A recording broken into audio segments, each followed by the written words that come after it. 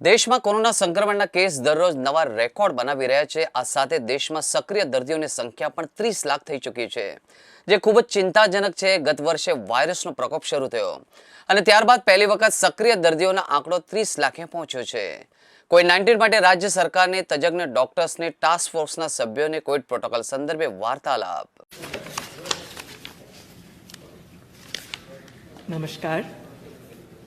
ગુજરાતમાં જે કોવિડની પરિસ્થિતિ છે, આપણે જાણીએ છીએ કે જે રીતે વિશ્વભરમાં દેશભરમાં છે એ રીતે અહીંયા પણ અત્યારે એની જે કેસીસમાં સતત વધારો થઈ જ રહ્યો છે।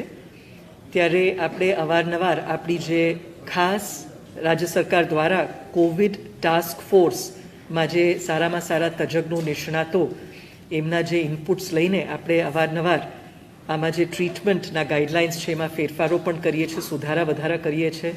આપ જાણતા હશો કે ઇવન WHO દ્વારા પણ, કેમ કે આ એક નવી બીમારી છે કે જે છેલ્લા 1 વર્ષથી એની અંદર અવારનવાર નવા સંશોધનો થઈ રહ્યા છે, જે ટ્રીટમેન્ટ માટેના જે ડાયરેક્શન્સ હતા ઘણી વખતે એમાં ફેરફાર પણ એક તદ્દન ચેન્જ થઈને નવા ટ્રીટમેન્ટ માટેના ગાઈડલાઇન્સ આવી રહ્યા છે। WHO તરફથી પણ તાજેતરમાં રેમડેસિવિર માટે પણ કે આનું કંઈ એવિડન્સ નથી એ રીતે નિર્ણાયક રીતે એમના તરફથી કહેવામાં આવ્યું છે। આજે જ ત્યાંના જે મેઇન ડેપ્યુટી ડાયરેક્ટર જનરલ છે ડૉક્ટર સૌમ્યા સ્વામીનાથન સાથે પણ મારી વાત થઈ છે હમણાં થોડીક વાર પહેલાં, અને એમના પણ જે ઇનપુટ્સ છે એમને ક્લિયરલી કહ્યું છે કે રેમડેસિવિર માટે એવિડન્સ નથી, પણ સાથે સાથે આપણા જે તજજ્ઞો છે એમની સાથે પણ છેલ્લા અનેક દિવસોમાં અને અલગ અલગ બીજા જે એવિડન્સ આધાર છે કે કઈ દવા અને કઈ ટ્રીટમેન્ટ માટેના ગાઈડલાઇન્સ આપણે અપનાવી શકીએ એ દિશામાં આપણે કામગીરી કરી છે।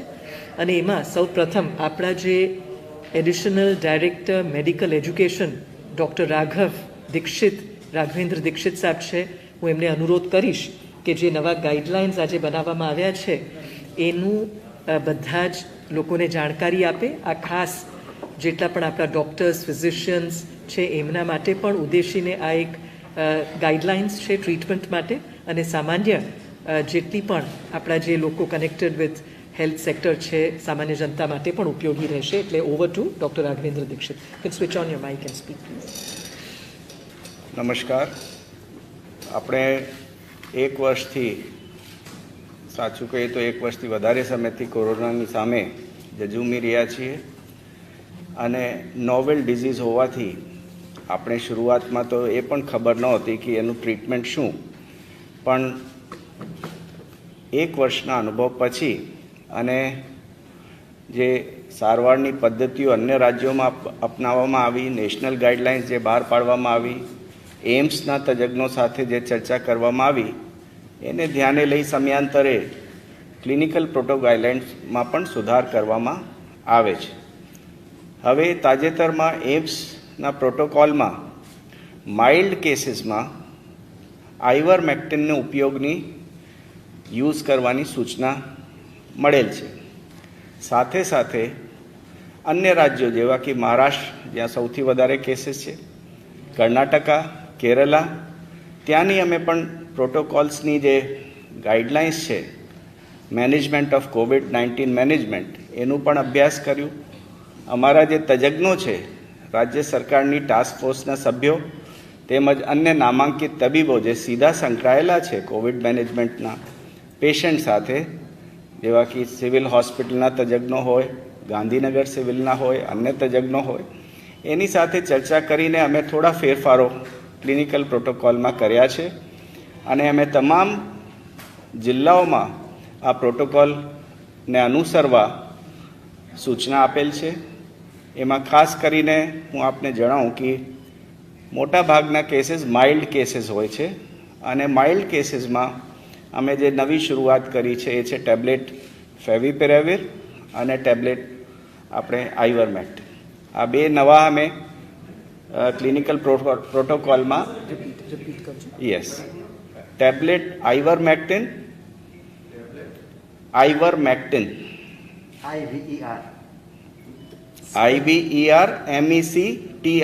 ivermectin। Spelling can Umang spelling जरा ivermectin એ પ્રોટોકોલ્સ એમ્સ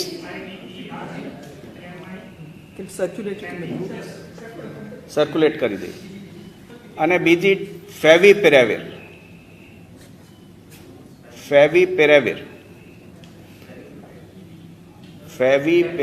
ફેવિફ્લુ કોમનલી આપણે એને ફેવિફ્લુ કહીએ છીએ, ટ્રેડ નેમ જે હોય એનું. એ બે અમે નવા દવાઓનું ક્લિનિકલ પ્રોટોકોલ મેનેજમેન્ટમાં સામેલ કર્યો છે અને તમામ જિલ્લાઓમાં મેં સૂચના આપી છે.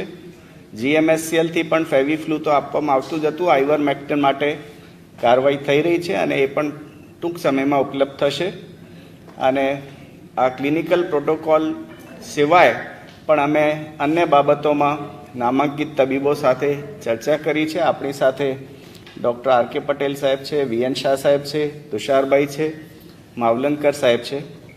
તો એ અન્ય વિષયો પર આપને જણાવશે.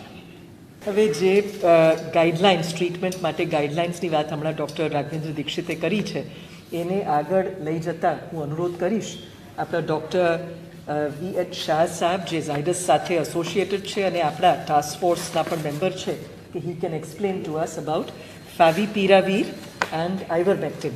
Good afternoon everybody. છેલ્લા સવા વર્ષથી કોવિડ માટે આખી દુનિયા લડી રહી છે. Unfortunately this is now the second wave. હવે આ જે સેકન્ડ વેવ છે, it is a definitely fast spreading wave.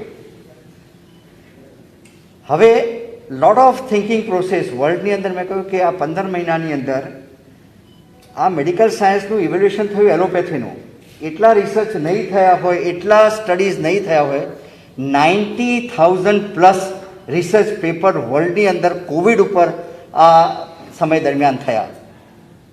Simple, એ વખતે પ્રેસિડેન્ટ ટ્રમ્પ સાહેબે સીધું જ કહ્યું કે we are having the magic bullet in my hand, that is the SCQ. આખું બદલાઈ ગયું વાતાવરણ. પછી પ્લેન્ટી ઓફ ચાલ્યું. અત્યારે દુનિયામાં આપણે બધા જે લડી રહ્યા છે એ રેમડેસિવિર છે. આજના જ ન્યૂઝ છે WHOના કે નાવ એને કહ્યું it is not effective at all. હવે આ જ સ્ટડી 6 મહિના પહેલાં જ્યારે થયેલો, ત્યારે એ વખતે 30 કન્ટ્રીની અંદર 12,000 પેશન્ટ, અને એમાં ડૉક્ટર ઝરીર ઉદવાડિયા અને ટાસ્કફોર્સના ડૉક્ટર શશાંક જોશી એ પણ એમાં હતા. ઝરીર ઉદવાડિયા એ આખો આ સ્ટડી સાથે જોડાયેલા હતા. અને એ વખતે 1 મહિનાની ટ્રીટમેન્ટ પછી કન્ક્લુઝન શું આવ્યું આ રેમડેસિવિરનું? એમને એવું કહ્યું કે 1 મહિનામાં ક્યારેય આનો ડેથ રેટ 0, કોઈ ઘટાડી શક્યું નથી ટ્રીટમેન્ટમાં. એનાથી ફરક એટલો પડ્યો કે હોસ્પિટલમાં ICU સ્ટે અથવા હોસ્પિટલ સ્ટે રહેતા હતા, એમાં 5 થી 7 દિવસનો ફરક પડ્યો. એનાથી કોઈ મોટો ફરક નથી પડ્યો. અને એ જ રીતે સામે પોઝિટિવ આન્સર જે આવ્યો એ ફોરએવર કરીને જે ઇંગ્લેન્ડનો આખો સ્ટડી આવ્યો, અને એમાં એ લોકોએ એવી વાત કરી કે સિમ્પલ ડેક્ઝામિથાઝોનની 6 મિલીગ્રામની ગોળી 10 દિવસમાં લેવાથી ફેટલ મોર્ટાલિટી રેટ ઘણો ઘટી શકે છે. અને આજની તારીખમાં એ સત્ય છે. એટલે ડ્રગ ઓફ ચોઇસ જે કહી શકાય એ સ્ટીરોઇડ ઉપર આવ્યું. બીજું આ જે છે એ એન્ટીવાયરલ અને એન્ટી ઇન્ફ્લેમેટરી બે પ્રોબ્લેમ છે. વાયરલ એટેક આવે એટલે વાયરલને આપણે મારવું પડે, અને એના કારણે બોડી જે રિએક્શન કરે છે એ જુદા જુદા અંગો ઉપર. ફેફસામાં કરે ત્યારે સાયટોકાઇન સ્ટોમ આવે ને પછી દુનિયાભરની દવાઓ આપવી પડે. કોઈને આંખ ઉપર. ત્યારે હાલ મેક્સિમમ આજે મારી મેડમ આજે જ સવારે ઝાયડસની અંદર 10 પેશન્ટ મેં મ્યુકોમાઇકોસિસના જોયા છે, જે મારી જિંદગીના 35 વર્ષની અંદર 10 નથી જોયા. એ આજે ટુડે 1 ડેમાં મેં 10 પેશન્ટ મ્યુકોમાઇકોસિસના જોયા છે. એટલે due to the randomize medicine, randomize દવાઓ અને મારી કરીને આપણે એટલી બધી દવાઓ પેટમાં નાખીએ છીએ જેની જરૂરિયાત નથી. સિમ્પલ ક્લાસિફિકેશન ઓફ ધી આ ડિઝીઝનું હું 4 ક્લાસમાં કરી આપું. એક તો એસિમ્પ્ટમેટિક, જેને દવાની જરૂર નથી, કશું તકલીફ ના હોય, શરદી હોય, પોઝિટિવ આવે, શાંતિથી આઇસોલેશન કરે અને એ પોતે સેલ્ફ ક્વોરન્ટાઇન થાય ને બીજાને ના લગાડે. ન્યુટ્રિટિવ ફૂડ લે, ફ્લુઇડ લે અને ફર્સ્ટ ક્લાસ ફૂડ લે અને ઘરે રહે. બીજો પેશન્ટ છે માઇલ્ડ, ત્રીજો મોડરેટ, ચોથો સિવિયર અને પાંચમો છે ક્રિટિકલ છે. હવે માઇલ્ડ ટુ મોડરેટ ટ્રીટમેન્ટની અંદર વોટ ઇઝ ધ ક્લાસિફિકેશન? એ જે હમણાં જ સાહેબે વાત કરી એ ફેવિપિરામિડ એ ચોઇસ ઓફ ધી મેડિસિન એક વધારાની આવી છે. Government of Maharashtra, government of Karnataka, government of Kerala ઘણા સમયથી યુઝ કરે છે. અને લેટેસ્ટ હમણાં જે સપોર્ટ કર્યો એ મહારાષ્ટ્ર ગવર્મેન્ટે 8મી એપ્રિલે આ ગાઈડલાઇનમાં ફેવિપિરામિડ મૂકી. અને ફેવિપિરામિડનો જે ડોઝ છે એ 1800 મિલીગ્રામ પહેલા દિવસે આપવાની હોય છે 2 વખત, સવારે અને સાંજે. અને એ પછી 800 મિલીગ્રામનો ડોઝ જે છે એ 14 દિવસ સુધી સવાર અને સાંજ આપવાનો છે. આ રીતે આ કોર્સ આપવામાં આવે છે. એ એન્ટીવાયરલ એક્ટિવિટી થઈ. એટલે we are having the 2 choices. આ હતું. હવે અત્યારે હાલ જેટલા બી સ્ટડીઝ વર્લ્ડના આવેલા છે, કોઈ પણ એવા સ્ટડી નથી આવ્યા કે જેને રેમડેસિવિરને એવું કહ્યું કે this is the drug of choice, અથવા આ જ દવા આપવી જોઈએ અને કોવિડ તમારા કંટ્રોલમાં આવશે. કોઈ પણ વર્લ્ડનો એક પણ નહીં.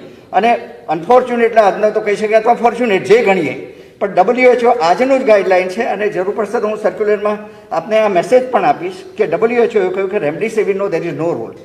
શરૂઆતમાં આપણે જ્યારે ટોસેલોઝુમેબ આવી, એટલા બધા દોડ્યા, 50,000 રૂપિયાની મેડિસિન, 1.5-2 લાખ રૂપિયા આપણે ખર્ચી નાખ્યા.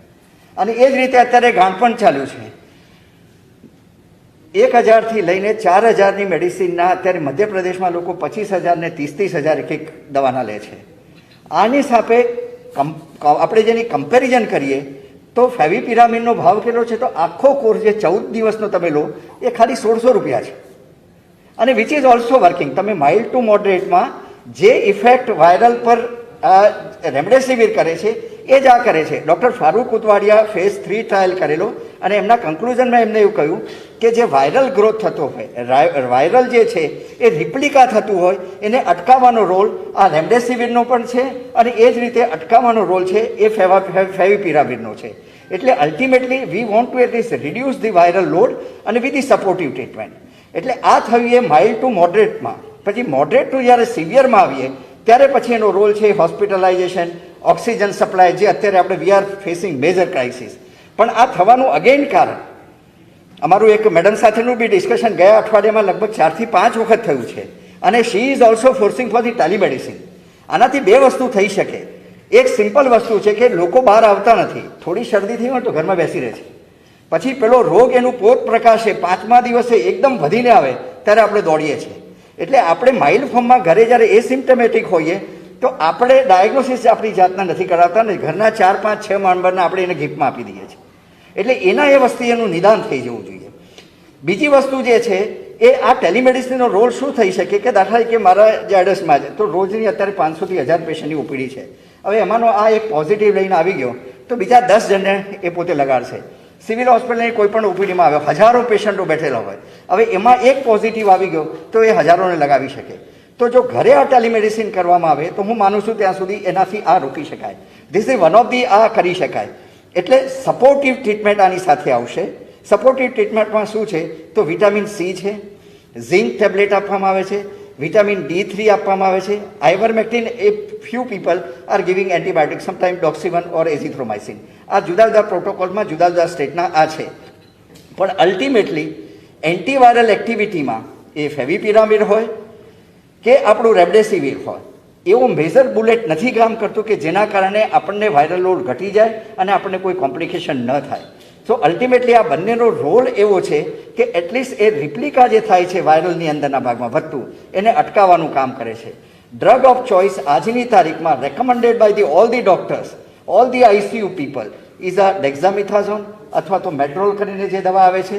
અને એ દવાઓથી એટલીસ્ટ આપણે લાઈફ બચાવી શકીએ છીએ. અને supportive oxygen therapy, life saving અને એટલીસ્ટ હાઈ નેઝલ જો પ્રેશર આવે છે એ કેન્યુલાથી આપણે ઓક્સિજન સપોર્ટ આપી શકીએ.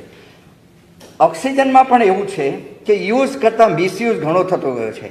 ગભરામણ આપણને લાગે, સિમ્પલ સિમ્ટમ હોય, ઓક્સિજનનું સેચ્યુરેશન પરફેક્ટ હોય, 96 કરતાં વધારે હોય. હવે બધી જગ્યાએ 3 ગાઈડલાઇન્સ છે. પહેલાં આપણે એવું કહેતા હતા કે 94 અથવા બિલો. હવે 94 થી 96નું ઇન બિટવીન છે. એવા વ્યક્તિઓને પણ આપણે ઓબ્ઝર્વ કરવા જોઈએ. હવે એ ઓબ્ઝર્વ કેવી રીતે કરી શકાય? એ ઘરે જ કરી શકાય. એને 6 મિનિટ્સ વોક ટેસ્ટ કહે છે. તમે અત્યારે પલ્સ ઓક્સિમીટર માપ્યું અને તમારું 98 આવ્યું. આપણે રૂમની અંદર જ એ વ્યક્તિને એવું કહેવાનું સવારને સાંજે 6 મિનિટ ઘડિયાળમાં જો અને પછી ચાલે. હવે એ જો 94 કરતાં નીચે જતું રહે તો એનો મતલબ એવો થાય કે સમથિંગ ઇઝ ગોઈંગ રોંગ. એટલે પેલું પાણી પહેલાં આપણે બહાર બાંધી શકીએ. પાણી પહેલાં બહાર બાંધવા માટેનો આ 6 મિનિટ્સ વોક ટેસ્ટ છે. એ તમારું કાર્ડિયાક કોમ્પ્લાયન્સ, લંગનું કોમ્પ્લાયન્સ અને એ કરીને આપણે રિઝલ્ટ આપી શકીએ છીએ. એટલે એટલીસ્ટ ઓક્સિજનની જરૂરિયાત થતાં પહેલાં જો પાણી પહેલાં બહાર બાંધવામાં આવે એ જ સ્ટેજ પર એની દવા લઈ અને કન્સલ્ટન્ટ. અને બીજી વસ્તુ મારી એવી એક આજને આપની નવ મીડિયા થકી અપીલ છે કે એટલીસ્ટ આપ સર્વે એટલો મેસેજ આપો કે પેશન્ટે જાતે દોડવાની જરૂર નથી. It is a doctors driven treatment. તમારા ડૉક્ટર્સ તમને સાચું ગાઈડલાઈન જ કરશે. તમે આગ્રહ અથવા દુરાગ્રહ કરીને એમને જ ના કહો કે મને આ જ દવા આપો, મને આ જ ઇન્જેક્શન આપો, મારે ઓક્સિજનની જરૂરિયાત છે. અત્યારે મારી પાસે લગભગ 150 થી 200 દાખલ થવાની વેઇટિંગમાં છે. કેમ?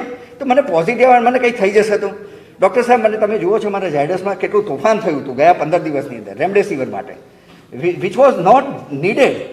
એટલે અત્યારે હાલ કોઈ પણ સંજોગોની અંદર આપણે બધાએ એક પોઝિટિવ રિસ્પોન્સ આપીએ. હું એ જ કહું છું વારે વારે, અને આ ત્રીજી વખત આ પ્લેટફોર્મ પરથી કહું છું કે this is the third world war.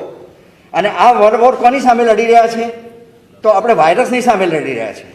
આપણે બધા નિહત્થા છીએ. આપણે બધા ભેગા થઈ એને સમજીશું અને લડીશું તો આ રોગને આપણે પાડી શકીશું. અને બીજું, છેલ્લા 3 દિવસ પહેલાં એટલે પ્રાઇમ મિનિસ્ટરશ્રીએ ડિક્લેર કર્યું કે 18 વર્ષ ઉપરની દરેક વ્યક્તિ વેક્સિન લેવાનું.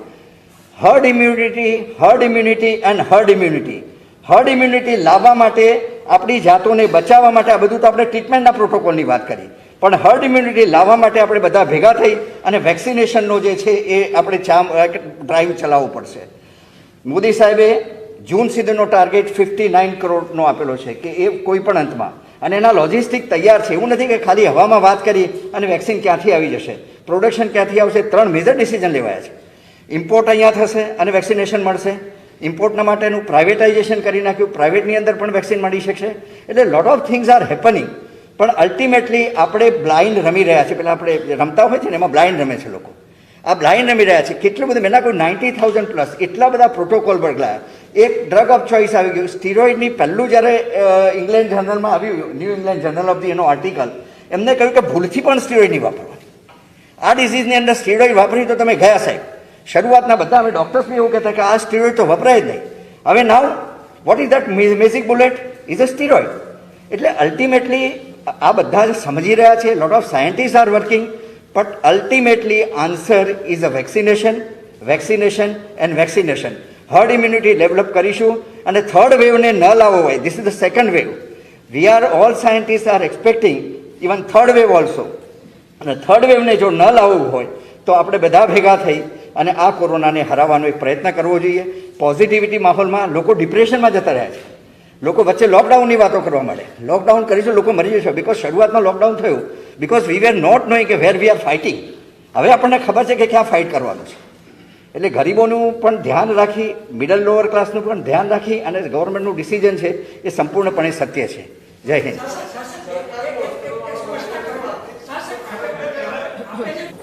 Thank you very much VN Shah સાહેબ. હવે આપણા ફેફડા, લંગ્સ અને ટેનિસ કોર્ટમાં શું કોમન છે? ઘણી વખતે આ પ્રશ્ન આપણને પૂછાયું છે કે લંગ્સને પણ આખું ખોલી દેવામાં આવે. તુષારભાઈ, next you can request you. તો એમાં એની જે ક્ષેત્રફળ છે આપણા એક હ્યુમન લંગ્સ, માનવ લંગ્સ ફેફડાના, અને ટેનિસ કોર્ટ એની ક્ષેત્રફળ એક સરખું છે. તો એના માટે જે પલ્મનોલોજિસ્ટ તરીકે ડૉક્ટર તુષાર પટેલ જે પણ આપણા ટાસ્ક ફોર્સના મેમ્બર છે, આજે ખાસ જે આપણે એક નીડ ઓફ ધી અવર છે, અમે હોસ્પિટલ આફ્ટર હોસ્પિટલમાં અને જનરલ પબ્લિકને પણ એક મેસેજ આપીએ છીએ કે પ્રોનિંગ એટલે ઊંધા સુવાની, એનાથી લંગ્સ કેપેસિટી વધે છે. આઈ વિલ રિક્વેસ્ટ તુષારભાઈ કે લંગ્સ કેપેસિટી વધારવા માટે જે આપણે ફિઝિયોથેરાપી પોસ્ટ કોવિડની પણ જે કામગીરી કરી છે, પ્રી કોવિડ, પ્રિપેરેટરી, પ્રિવેન્ટિવ, એ બધા જ જે ટિપ્સ છે, એડવાઇસ છે, એ આપણને આપશે. હવે જે કોરોનાનો જે મુખ્ય આપણા જે શરીરના અવયવ પર જે અસર કરે છે એ મેઇનલી લંગ્સ પર અસર કરે છે. અને લંગ્સ જે અત્યારે આપણે આ મહામારીમાં જોઈ રહ્યા છે કે ઓક્સિજનની જે મહામારી, ફેફસાનું કામ જ એ છે કે ફેફસા એ આપણા શરીરને ઓક્સિજન પૂરો પાડે છે અને ઓક્સિજનથી આપણું શરીરનું બધી કાર્યક્ષમતા ચાલે છે.